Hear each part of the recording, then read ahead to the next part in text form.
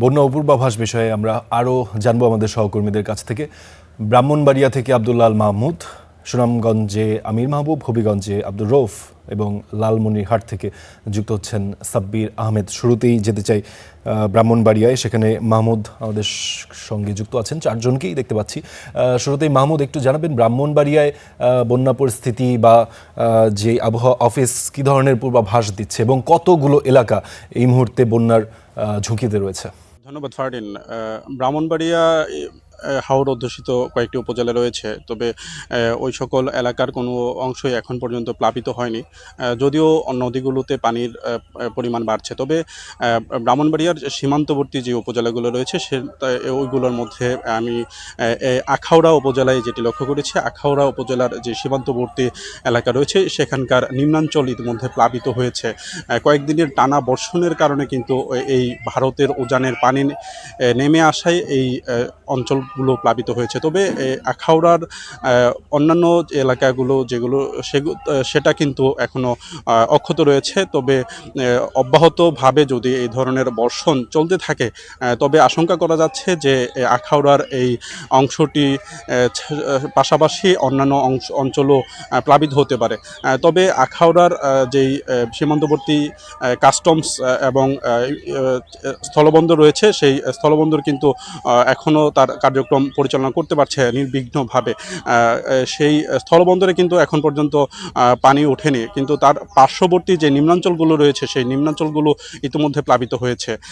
আর ইমিগ্রেশনে যাত্রী পারাপার এখন পর্যন্ত স্বাভাবিক রয়েছে। ইমিগ্রেশনের যেই অফিস রয়েছে সেটি এখনও অক্ষত রয়েছে, ওইদিকে পানি এখন পর্যন্ত আসেনি। তবে পার্শ্ববর্তী রাস্তার যেই বিপরীত পাশে নিম্নাঞ্চল রয়েছে সেই নিম্নাঞ্চল ইতিমধ্যে প্লাবিত হওয়ায় এখানকার যেই ছোট ছোট দোকান এবং বাড়িঘর যেগুলো রয়েছে সেগুলো কিছুটা প্লাবিত হয়েছে।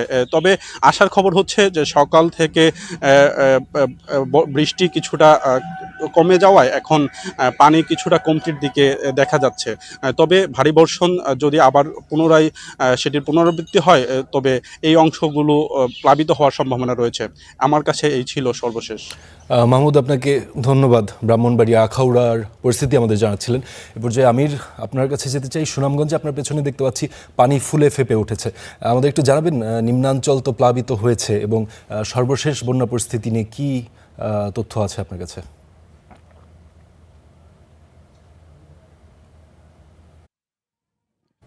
ফারদিন, দেখুন যে সুনামগঞ্জে আসলে গতকাল রাত থেকেই ভারী বর্ষণ অব্যাহত ছিল। কিছুক্ষণ আগ থেকেই কিন্তু রোদের দেখা মিলেছে সুনামগঞ্জে, যেটি হচ্ছে স্বস্তির খবর। এবং সুনামগঞ্জে টানা কয়েকদিনেই বৃষ্টিপাত হচ্ছে, তবে আজকে রোদের দেখা কিছুক্ষণ আগে পেয়েছে এবং রোদের তীব্রতা যথেষ্ট রয়েছে। আপনাকে যদি বলে, দেখুন যে পানি উন্নয়ন বোর্ড যে তথ্য দিয়েছে, আগামী 48 ঘন্টাও সুনামগঞ্জ সহ আশপাশ এলাকায় ভারী বর্ষণের সম্ভাবনা রয়েছে। একই সাথে নিম্নাঞ্চল নতুন করে প্লাবিত হওয়ার সংখ্যাও কিন্তু পানি উন্নয়ন বোর্ড জানিয়েছে।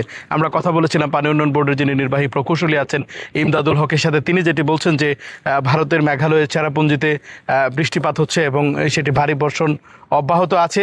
এই একইভাবে সুনামগঞ্জেও আগামী 48 ঘন্টা ভারী থেকে অতি ভারী বৃষ্টিপাতের পূর্বাভাস তারা বলছেন।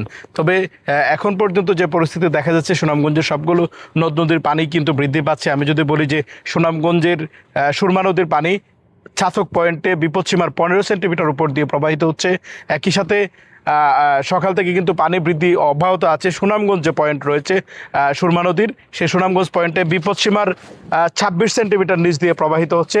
কুশিয়ারা নদীর পানি বিপদসীমার 7 সেন্টিমিটার উপর দিয়ে প্রবাহিত হচ্ছে। সার্বিকভাবে বলা চলে পানি বৃদ্ধি অব্যাহত আছে। সেই বৃদ্ধি যদি অব্যাহত থাকে তাহলে আগামীকাল নাগাদ নিম্নাঞ্চল আরো বেশি করে প্লাবিত হবে, এমনটাই শঙ্কা করছে পানি উন্নয়ন বোর্ড। ফারদিন, এই ছিল সুনামগঞ্জ থেকে সর্বশেষ। আমির, ধন্যবাদ। কিছু আশঙ্কার সাথে আপনি কিছু স্বস্তির খবরও আপনি জানিয়েছেন আমাদের। এ পর্যায়ে আব্দুর রৌফ, আপনার সঙ্গে একটু কথা বলতে চাই। হবিগঞ্জে ভারী বৃষ্টিতে বন্যার পূর্বাভাস রয়েছে বলে আমরা জানতে পেরেছি। আপনি সরেজমিন কি দেখতে পাচ্ছেন?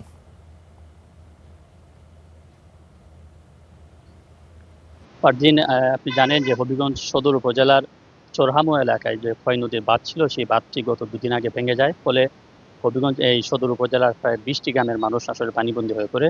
পরবর্তীতে তারা এখানে এলাকার যে মানুষজন রয়েছেন তারা আসলে আশ্রয় কেন্দ্র এবং তাদের আত্মীয় স্বজনের বাড়িতে ওঠেন। এর পরবর্তীতে দেখা যায় যে এই এলাকায় বিপর্যয় নেমে আসে। পানি উন্নয়ন বোর্ড কর্তৃপক্ষ এবং প্রশাসনের লোকজন তাদেরকে শুকনো খাবার এবং খিচুড়ি প্রদান করেন। তো আজকে আমি যতটুকু জানতে পারছি যে এখন পর্যন্ত পানি কমতে শুরু করেছে এবং এই এলাকাগুলো যে এলাকাগুলো রয়েছে সেই এলাকাগুলো অধিকাংশ বাড়ির পানি নিচে নেমে এসেছে এবং আশ্রয় কেন্দ্রে যারা ছিলেন তারাও তাদের বাড়িতে যাওয়ার চেষ্টা করছেন। তো আমার কাছে একজন আমি যে জায়গাটি দাঁড়িয়ে আছি এই বাড়িতে এখনো পানি আছে, বাড়ির মধ্যে হাঁটু পানি আছে। তো এই বাড়ির মালিক যিনি রয়েছেন তাদের সাথে কথা বলবো যে আপনারা বলেন তো এখন আপনাদের বাড়ির অবস্থা কি? মনে করেন প্রথম পানি যখন আসছে নদীতে আমার বাচ্চা খাচ্ছিল 15-20 জন খানা হলাম পানি ঘর বাড়ি ভেঙ্গিয়া আমার চাউলে জানে চাউল ডেসি কাপড় চোপড় যা আছে একটা গরু ফালছিলাম গাড়ি ফালছিলাম বাকি এটাও বন্যায় নিতে গেছে আসে মুরগে সব বাসায় এলে গেছিল। আমি বাড়ি ঘর কোনো নাই, আমি আশ্রয় কেন্দ্রে আছি। আপনি বলছেন যে আপনার ঘরে এখন কি অবস্থা, ঘরের পানি? আমাদের ঘরের অবস্থা এখনো আঁটু পানি আছে। আর আমরা এখন আত্মীয় স্বজনের বাড়িতে আছি। এখন আমরা আর ঘরের মধ্যে কোনো চুলা মাঝে আগুন দেওয়া যেতেছে না, পানিতে এখনো বাড়িতে পানি। তো ফারদিন শুনছিলেন যে এখনো তাদের বাড়িতে পানি আছে এবং তারা এবং আত্মীয় স্বজন বাড়িতে আছেন, এখনো তাদের ঘরে উঠতে পারছেন না এবং তারা বিপর্যয়ের মধ্যে আছেন। এই ছিল হবিগঞ্জ থেকে সর্বশেষ ফারদিন। জি রৌফ, দুঃখজনক পরিস্থিতি আপনি দেখাচ্ছিলেন, বন্যাক্রান্ত মানুষদের কথাও আপনার মাধ্যমে আমরা শুনতে পাচ্ছিলাম। আপনাকে ধন্যবাদ আমাদের সঙ্গে যুক্ত হওয়ার জন্য। এই পর্যায়ে পূর্বাঞ্চল থেকে একটু উত্তরের দিকে আমরা যেতে চাই, সেখানে লালমনিরহাটে সাব্বির আমাদের সাথে যুক্ত আছেন। সাব্বির, আপনি তো ব্যারেজের ওখানেই অবস্থান করছেন, কি ধরনের আশঙ্কার চিত্র দেখতে পাচ্ছেন? ব্যারেজে পানির চাপ কেমন, কি তথ্য জানাবেন?